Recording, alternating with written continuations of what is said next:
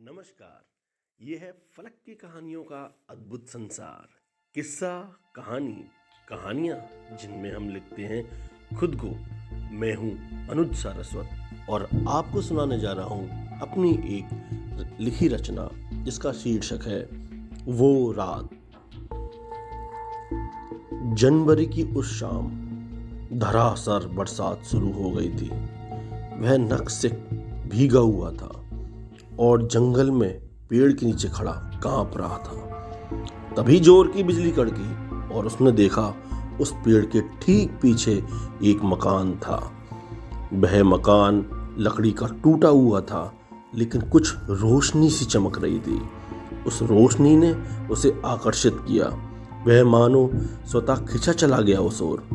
चर्र की आवाज के साथ दरवाजा खोला। अंदर पैर रखा तो एक बूढ़ी आवाज आई, आओ दिनकर, भीग गए होगे। पीछे कुर्सी पर तौलिया रखा है, पहुंच लो। एकाएक वो चौंका। इतने गहरे जंगल में वह कभी नहीं आया था। संयोगवश आना हुआ और दूर देश में उसे उसके नाम से पुकारने वाली वो बूढ़ी आवाज कौन है। हजार प्रश्न मन में उठे। फिर हिम्मत करके कांपती हुई आवाज में बोला, कौन हो तुम और मेरा नाम कैसे जानते हो? वो बूढ़ी आवाज हंसी, विधि का लेखा किससे किसको मिलवा दे, कब मिलवा दे कौन जाने। अब तो दिनकर के पैरों तले जमीन खिसक गई। उसने दबे पांव भागने की कोशिश की। दरवाजे की तरफ देखा। दरवाजा खटाक की आवाज के साथ स्वतः बंद हो गया और खिड़कियों से हवा भी डरावना रूप लेकर साए साए की आवाज में अंदर आने लगी। अब तो दिनकर का कलेजा मुंह को आ गया डर से। आंसू की धार उसके गालों को चीरती हुई गिर पड़ी। रोती हुई आवाज में, दया की आवाज में अपनी स्थानीय भाषा में बोला, क्योंकि डर में असली भाषा ही प्रकट होती है। अरे ससुरी, कौन है तू? दिहारी मेरी काहे खून पी रही? मोए मारनो है तो मार दे, जो खेला तो ना कर। उस बूढ़ी आवाज ने कहा, इंसान के कर्म पीछा नहीं छोड़ते। इतना कहते ही फर्श में एक रोशनी के साथ ढक्कन खुला और एक सीढ़ियों का रास्ता प्रकट हुआ। दिनकर ना चाहते हुए भी किसी अदृश्य शक्ति के खिंचाव के साथ उस तहखाने नुमा स्थान में घुसता चला गया। दिनकर का पूरा शरीर छिलता जा रहा था और मुंह से पीड़ादायक शब्द निकल रहे थे। अरे बोरी मैया, मर गओ मैं तो, छोड़ते मोए नास बेटी, क्या मार रही है मोए, मैंने का बिगाड़ो तेरो।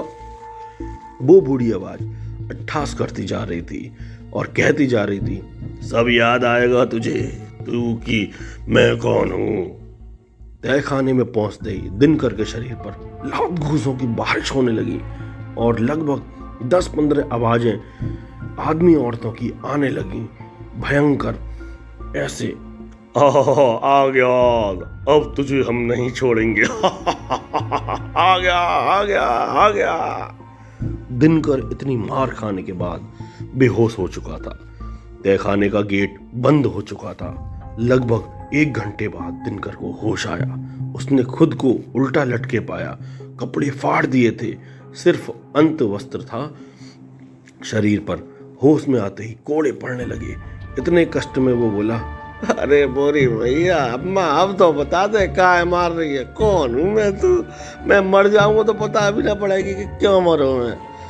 तभी वो बूढ़ी आवाज बोली, याद कर आज से 25 साल पहले झुमकी को याद कर। अरे कौन झुमकी, जे कौन थी?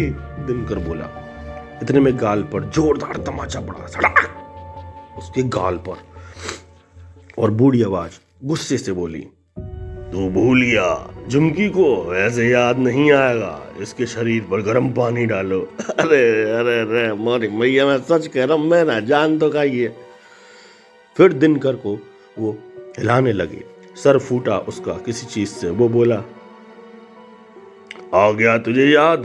तो नहीं याद आया तो सुन, तुम और झुमकी एक स्कूल में पढ़ते थे, कक्षा 10 में।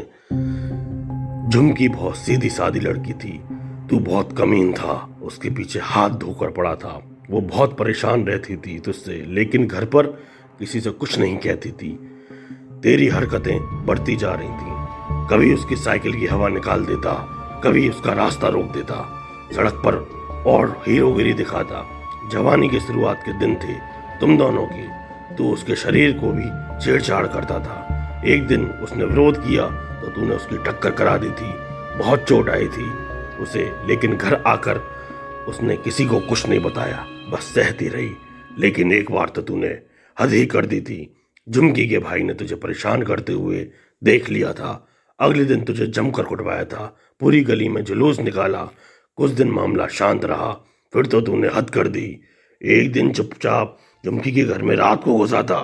घर में 15-20 लोग रहते थे, संयुक्त परिवार था। लेकिन झुमकी उस दिन मामा के यहाँ गई थी। तूने सीमा को झुमकी समझा। अंधेरा था, लालटेन जल रही थी। उसके मुंह पर हाथ रखकर खींच कर ले जा रहा था तो लालटेन गिर पड़ी और घर में आग लग गई। तू भाग गया। जब तक सब जगते पूरा घर जल गया। और जानता है वो 15-20 लोग कौन थे? वो थे हम सब लोग। मैं झुमकी की दादी। बहुत वहशीपना सूझा है ना तुझे? आज तेरी लाश जलेगी। और तू यहाँ खुद आया नहीं है, लाया गया है। तेरा ट्रांसफर कराया गया। तेरी गाड़ी खराब होने का कोई संयोग नहीं था। कोई भी तेरी मदद को नहीं आ रहा था। इसलिए फिर तेरा इस खाई में गिरना, पेड़ के सहारे टिक जाना, फिर इस घर में आना, यह वही जला हुआ घर था। समय के साथ यहाँ सन्नाटा हो गया, क्योंकि हम लोगों की आवाज़ें पूरे गांव में गूंजती। लोगों ने पूरा गांव खाली कर दिया, इसलिए यह वीराना हो गया। आज हम सबकी आत्मा को मुक्ति मिलेगी।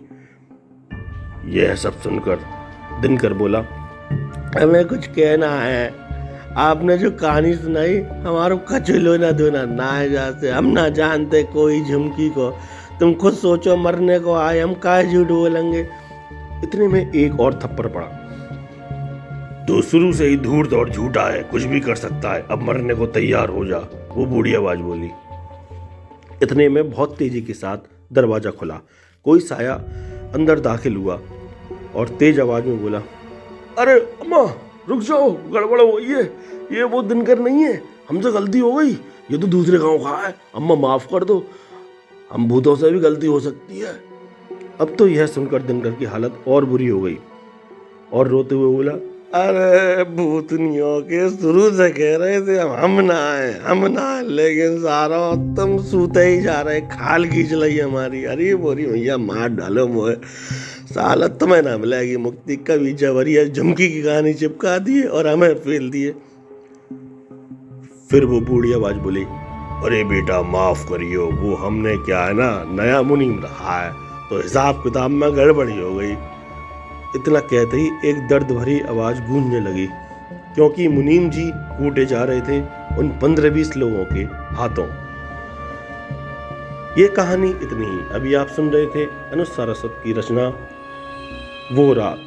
दोस्तों, यह है फलक का चैनल किस्सा कहानी। इस चैनल को अधिक से अधिक लाइक और सब्सक्राइब करके अपना भरपूर प्यार दीजिए। बहुत बहुत धन्यवाद।